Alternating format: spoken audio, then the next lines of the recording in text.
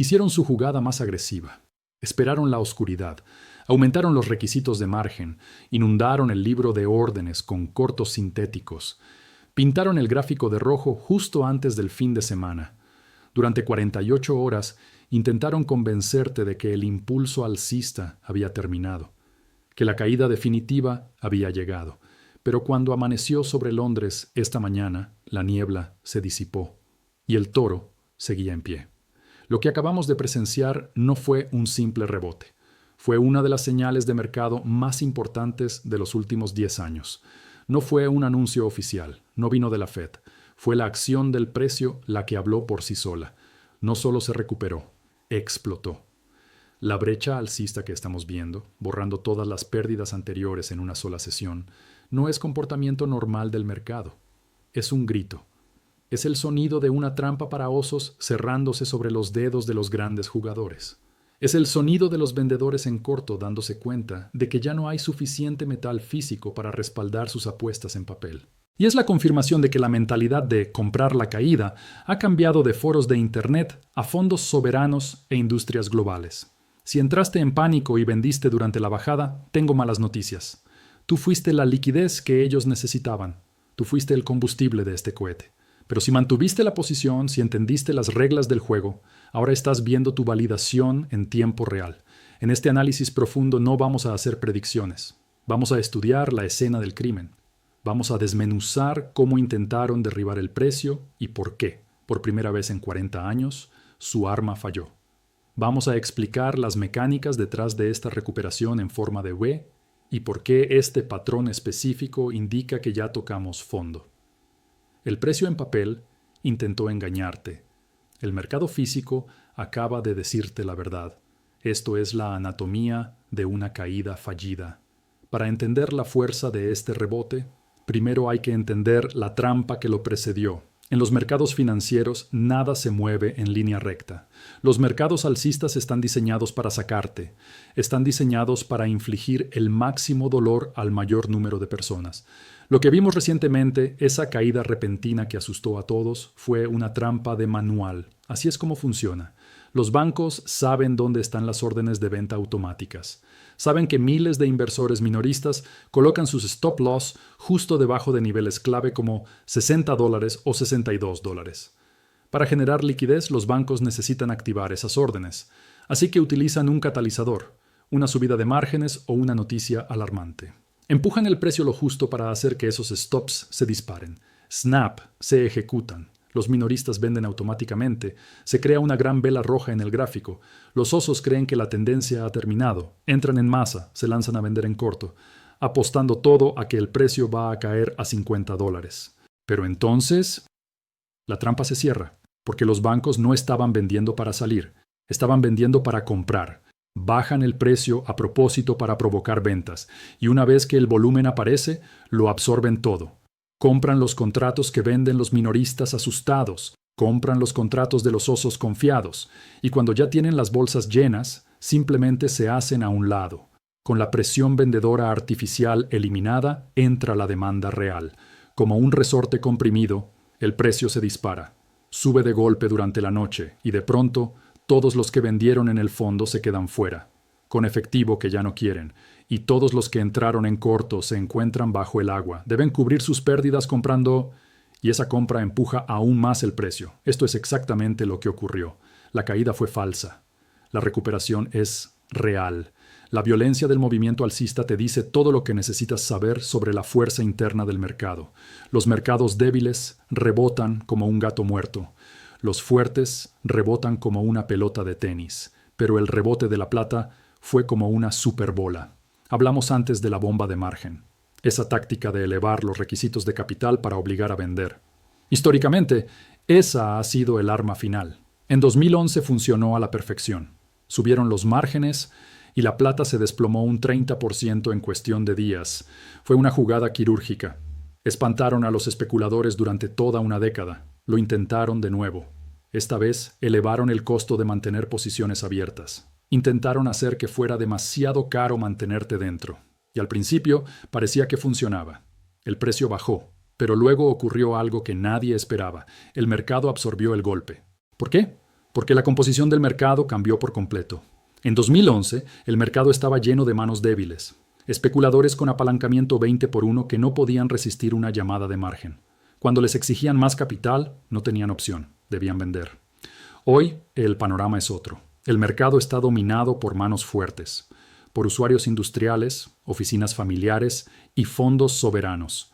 Estas entidades no están apostando, están cubriendo sus cadenas de suministro, están protegiendo patrimonio, tienen bolsillos profundos. Cuando la bolsa les dijo, necesitas poner más dinero sobre la mesa, ellos no vendieron, simplemente hicieron la transferencia bancaria. Y esto, para los manipuladores, es una señal catastrófica. Significa que su cálculo del umbral de dolor fue erróneo. Apostaron a que la presión sería insoportable. Pensaron que una subida del 50% en el margen sería suficiente para romperle la espalda al toro, para provocar una estampida de ventas, para que el mercado se desplomara bajo su propio peso. Pero no, en lugar de rendirse, el toro se irritó, no retrocedió, embistió. Cuando un mercado ignora malas noticias, es una alerta, pero cuando las absorbe, cuando digiere ataques regulatorios, subidas de costes y miedo mediático sin apenas pestañear, lo que estás viendo no es debilidad contenida, es fuerza bruta. Significa que los compradores no están mirando el gráfico, están mirando el calendario, están pensando en 10 años, no en 10 minutos. No les interesa si hoy cuesta 62 o 64, les interesa asegurar suministro. Les interesa mantener el control de un activo que, una vez que se escape, no volverá. Y aquí está la ironía. Lo que iba a ser el disparo letal terminó siendo el disparo de salida.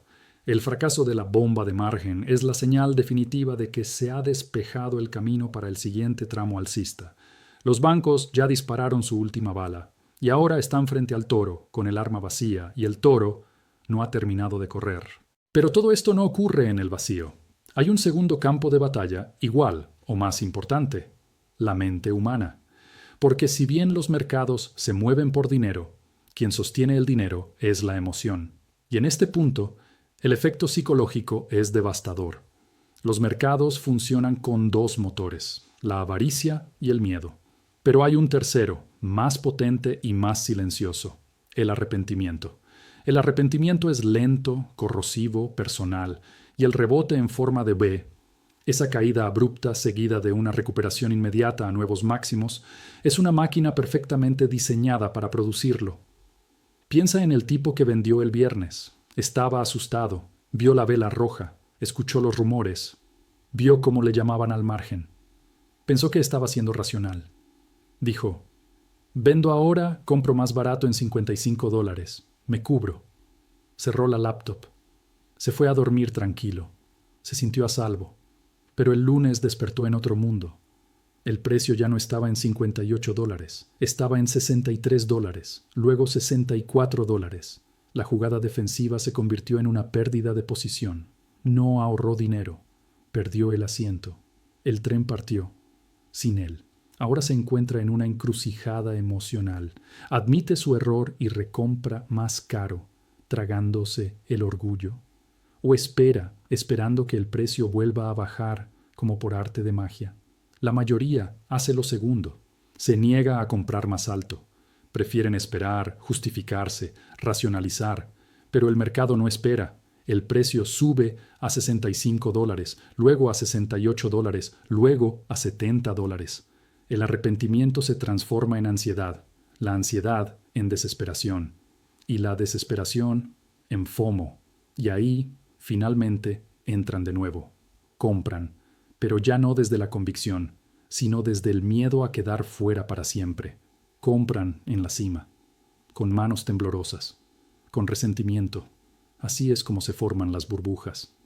No con locura colectiva repentina, sino con oleadas de arrepentidos que vuelven uno por uno, empujados por la frustración y el miedo a quedarse atrás. El sacudón inicial elimina a los creyentes débiles, limpia el camino, deja el tren más liviano, más rápido, y obliga a los escépticos a perseguirlo cuesta arriba. Esta reciente volatilidad fue una limpieza, una purga quirúrgica. Eliminó el exceso de apalancamiento, expulsó a los jugadores débiles, reinició el sentimiento del mercado, transformó un entorno de sobrecompra peligroso en un terreno mucho más estable y saludable, sin romper en ningún momento la estructura alcista. No fue una corrección destructiva, fue una recalibración. Técnicamente, lo que ocurrió fue una obra maestra de arquitectura de mercado. Un ejemplo de cómo se puede redistribuir el riesgo, cambiar de manos el control y mantener intacta la dirección principal. Si fue orquestado por los bancos o si fue simplemente un reflejo de volatilidad natural, es irrelevante, porque el resultado, en cualquier caso, es el mismo. La ruta de menor resistencia ahora apunta directamente hacia arriba. Pero aquí es donde surge una pregunta clave, una que no puede ignorarse si queremos entender hacia dónde va el mercado. ¿Quién compró la caída? No fueron los minoristas, eso está claro. El volumen no miente. Y en este caso, el volumen gritó otra cosa. El gran flujo comprador no vino de Reddit, ni de traders individuales en plataformas móviles. Vino desde otro lugar, desde Asia, pero sobre todo se disparó en Londres. Y ese detalle lo cambia todo. Durante años, Londres ha sido la fuente de oferta, el vendedor de última instancia, el apagafuegos institucional, el ancla que frenaba los excesos alcistas cuando el mercado amenazaba con salirse de control. Su papel era claro: estabilizar, contener, suprimir. Pero esta mañana algo se quebró. Algo se rompió dentro del mecanismo de contención. Londres cambió de bando. Y ese cambio no es simbólico, es estructural, no es ruido de corto plazo. Es una señal de que algo profundo está ocurriendo en el núcleo del sistema financiero de los metales preciosos. Por eso, en el próximo segmento, vamos a examinar ese giro histórico con lupa. Vamos a analizar por qué los bancos de lingotes en Reino Unido, los mismos que durante décadas actuaron como amortiguadores del precio, están ahora comprando metal físico con la desesperación de quien sabe que el tiempo se agota. Vamos a explorar la teoría de que el float, esa capa superficial pero crítica de liquidez, ha desaparecido. Y vamos a explicar, con precisión, por qué este cambio en el comportamiento institucional no solo es importante, sino que garantiza que los máximos anteriores no solo serán desafiados, serán superados, porque si la trampa bajista fue la emboscada que limpió el camino, el giro de Londres es el combustible, el encendido, el verdadero catalizador. No te vayas. Lo más importante aún no ha sido dicho. Aún falta hablar del float. Y lo que vas a escuchar cambia las reglas del juego. Si recién te sumas a este análisis, hagamos un breve repaso del crimen. El viernes fue el golpe orquestado, la emboscada perfecta, una descarga sincronizada de ventas para provocar miedo y forzar liquidaciones. El domingo por la noche, el rebote inesperado, una respuesta tan violenta que barrió todas las pérdidas anteriores. Pero el verdadero punto de inflexión, el suceso que definirá los próximos 6 meses del mercado alcista, ocurrió hace apenas unas horas, y no fue en Nueva York, fue en Londres. Durante 40 años, Londres ha sido el epicentro de la represión del mercado de metales preciosos, el núcleo operativo. Allí se sientan los grandes bancos, allí se fija el precio, allí se define, en secreto, cuánto vale el metal en el papel. Y durante décadas, cuando el precio subía demasiado, cuando la presión alcista se hacía insostenible, Londres intervenía, inundaba el mercado con contratos. Activaba cortos sintéticos, vendía lo que no existía para detener lo inevitable. Eran el freno de emergencia global, la última línea de defensa. Cuando Nueva York compraba en pánico, Londres vendía con precisión.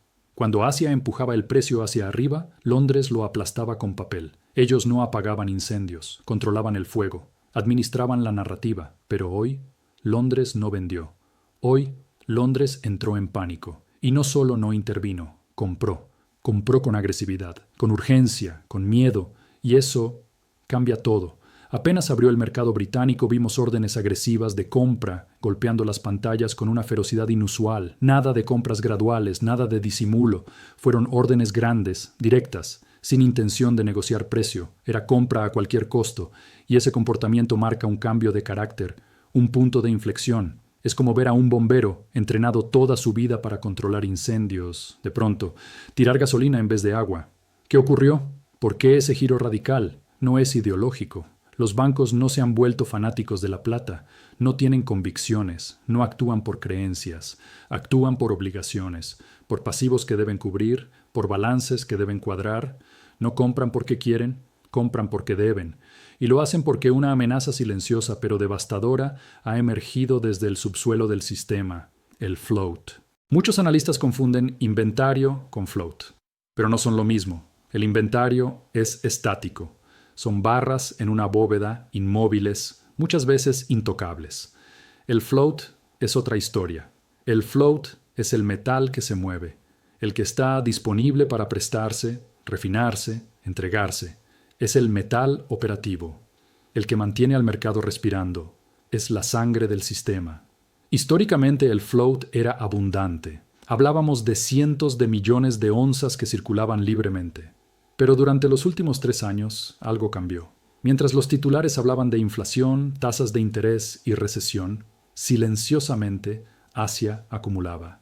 India compraba miles de toneladas. Empresas de tecnología aseguraban suministro con contratos discretos. Y no compraron ETFs, no compraron promesas, compraron metal real, compraron el float, vaciaron el pozo, saquearon la superficie líquida del mercado sin hacer ruido. Y cuando los bancos quisieron volver a utilizar ese metal como escudo, ya no estaba. Hoy, cuando Londres revisó sus reservas, se dio cuenta de una verdad inquietante. El iceberg seguía ahí. Las cifras brutas eran impresionantes, pero la punta visible, el float, se había derretido. Y ese detalle lo cambia todo. Porque si mañana Samsung necesita 1 millón de onzas, no puede ir a un ETF, no puede tocar el metal asignado a un fondo soberano o una oficina familiar. Tiene que ir al mercado. Tiene que acceder al float. Pero el float está seco. No hay barra disponible. No hay oferta física inmediata. Y cuando la oferta desaparece, el precio se convierte en el único incentivo posible. Tiene que subir. Subir hasta un punto en que incluso los inversores más obstinados, los que juraron no vender nunca, empiecen a dudar. El mercado tiene que tentar a los que tienen el control. Y ese precio no es $60. Probablemente ni siquiera es $100. Pero para entender realmente por qué los bancos están comprando de forma tan desesperada, tenemos que mirar más profundo. Tenemos que abrir la caja negra del sistema. Hay que entender el mercado de leasing, el corazón oscuro del comercio de plata. Los bancos no solo almacenan metal, no se limitan a custodiarlo, lo prestan, lo mueven, lo colocan temporalmente en manos de fabricantes, refinerías, empresas tecnológicas. Estas entidades lo utilizan en sus procesos industriales con la promesa de devolverlo más adelante, generalmente en forma de otra barra idéntica, más un interés. Es un sistema que, sobre el papel, parece eficiente. Permite que la industria fluya sin necesidad de comprar metal a gran escala. Y para los bancos, genera ingresos. Pero también crea algo más peligroso, una ilusión de liquidez. Porque la misma onza puede prestarse una y otra vez, circular sin parar, reaparecer en los balances como si nunca se hubiera ido. Es un espejismo contable, un multiplicador artificial, una forma de expandir el suministro sin tener más suministro. Pero, ¿qué pasa si esa onza deja de existir? ¿Qué pasa si se convierte en un chip, en un panel solar, en una batería de estado sólido, en un componente de defensa? Esa plata ya no vuelve. Se transforma, se consume, se incorpora al mundo real. Y entonces el banco tiene un problema. En sus libros, el activo sigue registrado. Pero en la bóveda no está. Hay un hueco, un vacío físico que no puede ocultarse por mucho tiempo. Durante años eso no fue un problema. Había metal de sobra. Se renovaban los préstamos sin fricción. Pero hoy, con refinerías paralizadas, con producción limitada y con el float agotado, las llamadas comenzaron a llegar.